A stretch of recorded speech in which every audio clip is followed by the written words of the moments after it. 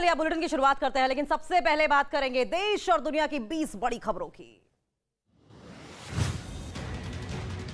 PM Modi ने आज गुजरात को बड़ी सौगात दी है। पीएम ने पंचमहाल के जम्बू घोड़ा में 860 करोड़ रुपए के प्रोजेक्ट की आधारशिला और लोकार्पण किया। कई परियोजनाओं को प्रधानमंत्री मोदी ने राष्ट्र को समर्पित भी किया है। इस मौके पर गुजरात के सीएम भूपेंद्र सिंह पटेल भी मौजूद रहे। प्रधानमंत्री नरेंद्र मोदी आज मोरबी जाएंगे, जहां हादसे के बाद राहत बचाव में मदद करने वाले 50 लोगों से मिलेंगे, जो कि रेस्क्यू टीमों के पहुंचने से पहले लोगों को बचाने में जुटे थे। पीएम सिविल अस्पताल का भी दौरा करेंगे। इस दौरान प्रधानमंत्री के साथ गुजरात के मुख्यमंत्री भी मौजूद रहेंगे। इससे पहले सोमवार देर शाम को प्रधानमंत्री राहत और बचाव कार्य पर हाई लेवल बैठक भी कर चुके हैं और हादसे में प्रभावितों को हर संभव मदद का निर्देश भी दिया। वहीं गुजरात के मोरबी में हादसे का नया वीडियो सामने आया है। ये वीडियो हादसे के बाद का है। वीडियो में कुछ लोग पानी में डूबते हुए दिखाई दे रहे हैं। वहीं कुछ लोग अपनी जान बचाने के लिए क्षतिग्रस्त पुल के हिस्से को पकड़कर निकलने की भी कोशिश करते हुए दिखाई दे रहे हैं। आपको बता दें कि रविवार शाम को हुए हादसे में 134 लोगों की मौत हो गई थी, जबकि कई लोग पूरी तरह से घायल हुए थे, जिनका इलाज चल रहा है। हिमाचल प्रदेश में आज गृह मंत्री अमित शाह का ताबड़तोड़ चुनावी अभियान जारी है। अमित शाह सबसे पहले चंबा में एक रैली को संबोधित करेंगे। उन्होंने कहा कि कांग्रेस हिमाचल में रिवाज की बात करती है, एक बार कांग्रेस एक बार बीजेपी, लेकिन अब यहां नया रिवाज बनाना है। एक बार फिर से बार बार बीजेपी को लेकर आना है। अमित शाह ने कहा कि देश में अब राजा का नहीं जमाना रहा, अब लोकतंत्र है। द्रौपदी मुर्मू ने ग्रेटर नोएडा में 7वें इंडिया वाटर वीक कार्यक्रम का उद्घाटन किया और इस मौके पर जल संरक्षण समेत कई विषयों पर चर्चा की। कार्यक्रम में सीएम योगी भी मौजूद रहे और इस मौके पर उन्होंने ये कहा कि पीएम के जल संरक्षण की अपील के बाद से राज्य में अब तक 58,000 से ज्यादा ग्राम पंचायतों में अमृत सरोवर के कार्यक्रम को पूरा अभी तक किया जा चुका है और आगे भी किया जाएगा। मध्य प्रदेश के श्योपुर में कांग्रेस विधायक बिजली लाइन की सप्लाई जोड़ने के लिए खंभे पर चढ़ गए। बताया यह गया कि विधायक रात को कांग्रेस की भारत जोड़ो यात्रा के लिए आए थे। बिजली नहीं थी। गांव वालों से पूछा, उन्होंने बताया कि बकाया नहीं देने की वजह से कंपनी ने बिजली सप्लाई काट दी है। सुबह विधायक खुद खंभे पर चढ़ गए और बिजली सप्लाई को जोड़ दिया उन्होंने। वहीं पंजाब में पराली जलाने का असर दिल्ली एनसीआर में भी देखने को मिल रहा है, क्योंकि प्रदूषण लगातार बढ़ रहा है और इस सीजन में दिल्ली एनसीआर में प्रदूषण ने पिछले कई रिकॉर्ड तोड़ दिए हैं और प्रदूषण 551 के खतरनाक स्तर पर पहुंच गया है। वहीं हरियाणा के मुख्यमंत्री मनोहर लाल खट्टर ने प्रदूषण कम करने के लिए युद्ध स्तर पर तैयारी करने का दावा किया है। उन्होंने ये कहा कि किसानों में जागरूकता पैदा करने के साथ ही पराली जलाने वालों पर एफआईआर और जुर्माना भी लगाया जाएगा। पंजाब में पराली जलाने का सिलसिला थमने का नाम नहीं ले रहा है। भटिंडा, लुधियाना, तरन तारण में पराली जलाने की तस्वीरें सामने आई हैं, जहां किसान धड़ल्ले से खेतों में पराली जला रहे हैं। आलम यह है कि सिर्फ पंजाब में इस साल 15 सितंबर से 28 अक्टूबर के बीच 10,000 से 200 से ज्यादा पराली जलाने की ज्यादा घटनाएं सामने आई हैं। केवल लुधियाना में 29 अक्टूबर तक पराली जलाने के 558 मामले दर्ज किए गए। दिल्ली के नरेला इंडस्ट्रियल एरिया में आग लग गई। आग प्लास्टिक के जूते चप्पल की फैक्ट्री जो थी, जहां पर बनाया जाता था, वहां लगी। आग से झुलसने से 2 लोगों की मौत हो गई है। कई लोग घायल बताए जा रहे हैं, जिन्हें अस्पताल में भर्ती कराया गया है। दमकल की 15 गाड़ियों ने मौके पर पहुंचकर आग पर काबू पाया। हालांकि कूलिंग का काम किया जा रहा है। आग से भारी नुकसान की आशंका भी जताई जा रही है।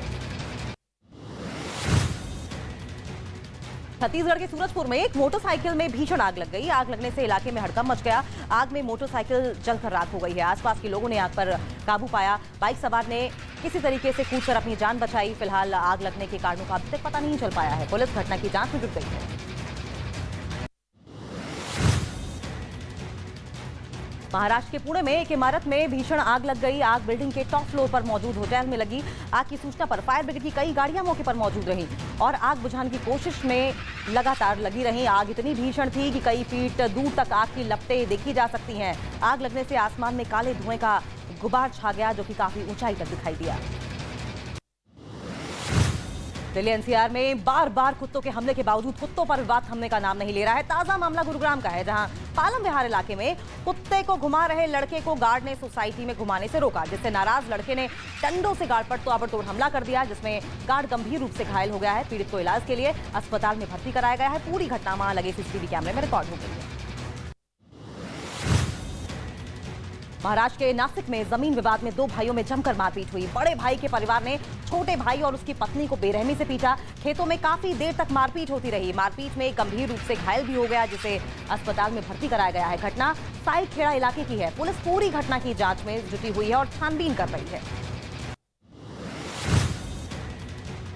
यूपी के संभल में खेत की मेड़ पर विवाद हो गया। दबंगों ने एक बुजुर्ग आदमी को घर पर बेरहमी से पीटा। पहले उसे घेरा गया, फिर मारपीट की गई। मारपीट में बुजुर्ग के कान में काफी चोटें आई हैं। झगड़े का वीडियो वायरल हो रहा है। घटना गुन्नौर थाना के गांव कैल की है। बताया गया कि मारपीट के बाद से गांव में तनाव का माहौल है। पुलिस अब मामले की जांच कर रही है।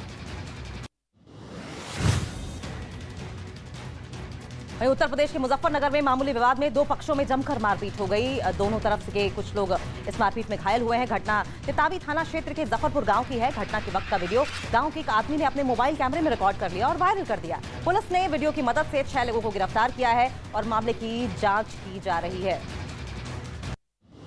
बिहार के अररिया में नेपाल बॉर्डर पर तस्कर और एसएसबी के बीच हिंसक झड़प हुई। हमले में एसएसबी के कुछ जवान घायल हुए, जिसके बाद एसएसबी के जवानों ने तस्करों को दौड़ा कर पीटा और घरों में बंद कर दिया। काफी देर तक बीच सड़क पर हंगामा चलता रहा। घटना गेहूं लदा ट्रक को रोकने के बाद हुई। जमकर हंगामा जिसके बाद हुआ।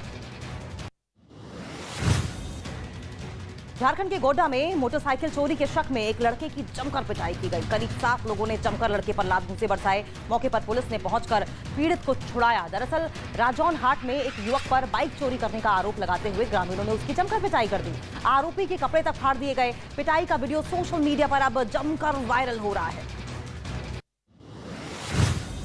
वहीं चेन्नई में भारी बारिश के बाद शहर के कई हिस्सों में पानी भर गया है। सड़कें तालाब में तब्दील हो चुकी हैं, जिसकी वजह से लोगों को आवाजाही में अब भारी दिक्कतें पेश आ रही हैं। कई जगहों पर सड़क में गड्ढे बन गए हैं, इसमें गाड़ियां फंसी नजर आ रही हैं। भारी बारिश की वजह से चेन्नई समेत कई जिलों के स्कूलों में आज छुट्टी घोषित कर दी गई है और बच्चों को घरों में रहने के लिए कहा गया है, जिससे उन्हें दिक्कतें ना हो।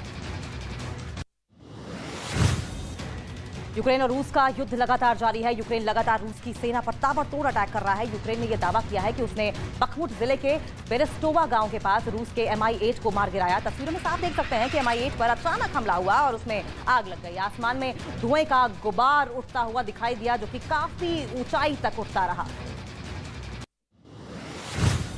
वेनेजुएला में मूसलाधार बारिश की वजह से विनाशकारी बाढ़ आ गई। सैलाब से पूरे शहर में बाढ़ जैसे हालात बन गए हैं। सड़कें नदियों में तब्दील हो चुकी हैं। वाहन आधे से ज्यादा डूबते दिखाई दे रहे हैं। एक कार पानी में समाती दिखाई दी, जिसे देखकर लोगों में हड़कंप मच गया। लोगों के घरों में पानी भरता हुआ दिखाई दिया। पानी भरने से भारी परेशानियों का लोग सामना कर रहे हैं। बारिश से भारी नुकसान की आशंका भी जताई जा रही है।